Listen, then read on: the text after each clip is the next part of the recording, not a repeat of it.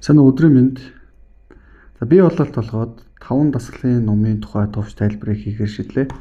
За энэтэй төстэй бүхий номнууд маш их байдаг. Питер Келлерийн 1930-аад оны үед гараад 1970-аад оны үеэс алдартай болсон цогц 5 дасгалын ном байгаа. Энэ ном анх гарсан үеэсээ хойш тухайд нь хүмүүс ойлгоогүйс болж баг устгах шахаж хагаад сүүл дээр хувийн архивээс гарч ирээд тэгээд 2 сая 3% тухайд борлуулагдчихсан бүтлэхэд бестселлер болж исэн тийм ном байгаа.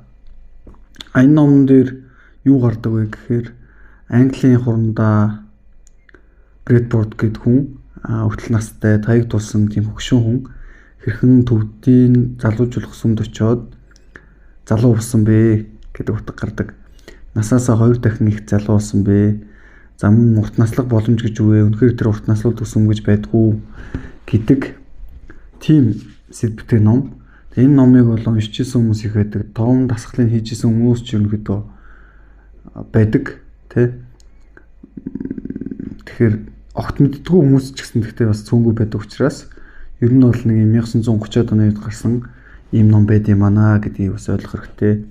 За харин одоо төгөөж байгаа ном нь болохоор 2010-аад оны үед гарсан Орос залуу төвдийн урт наслуулдаг сүмд очиод тухайн үед хурандаагийн дутуу заагдсан зүйлсийг илүү сайн сураад тэгээд мөн дахин сэргийх мэлмий гэдэг тэр цогц дасгалыг яагаад дахин сэргийх мэлмий гэж нэрлэлт юм бэ гэдгийг нь тайлбарсан тийм ном бас байдаг.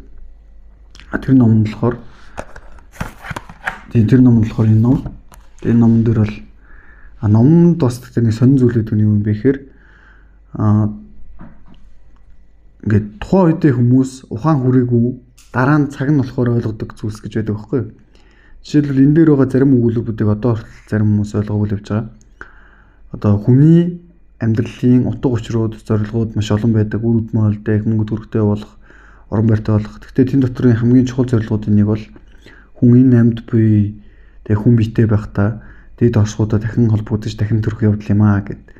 Энэ зорилгын цаана гарах нь гэхдээ тийм хэцүү зүйл биш мөртлөө цөөхөн дотроо цөөхөн хүмүүс маш цөөхөн хүмүүс л энэ зүйлд хүрч чаддаг байсан.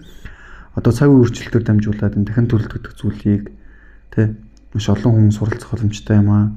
За мөн зарим хүн энэ зүйлийг ойлгоход энийг амьдралч хүрэлцэхээргүй тийм хатуу хамтай хүлээстэй оюун ухааны болон бодлын зүрхтгэлийн хүлээстэй байдлууд хатуу цаг үед нийгмүүд байсан.